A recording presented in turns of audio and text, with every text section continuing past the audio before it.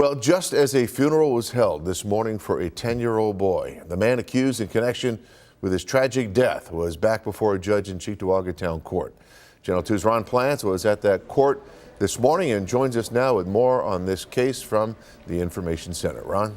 Well, Scott, rather ironic that just as the family was holding this service for little Michael Conklin, the suspect in the fatal incident which took his life was again in court, as you referred to it. This was the scene in Lancaster this morning as loved ones and friends attended the funeral in a church for the little boy, who police say was struck last week while standing next to his bike on Lovejoy Street near Griffith Park in the village of Sloan. A memorial with signs, balloons, stuffed animals, and toys still there, following a weekend vigil for the child and his family. And while that funeral took place today, several other supporters and friends of little Michael's family actually went instead to Cheektowaga Town Court.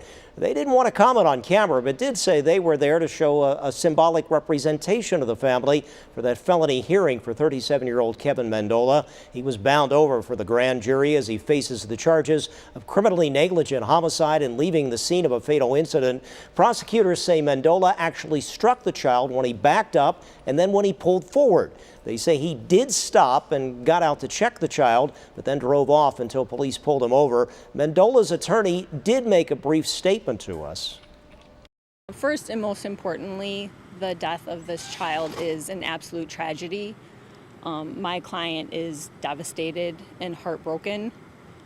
This is a tragic accident, and right now at these early stages, it would be inappropriate for me to make any further comment. Again, Mendola is being held on $50,000 bail, and it appears he is still in custody. A woman and man who appear to be connected to Mendola were also in court today, but they did not want to say anything. The district attorney's office still trying to decide if any further charges will be filed against him. One additional final note, a relative of the child briefly texted me this message as they wrap up their funeral services that, quote, "Mikey's light must shine on above all else." Here in the Information Center, Ron Plants, Channel 2 News.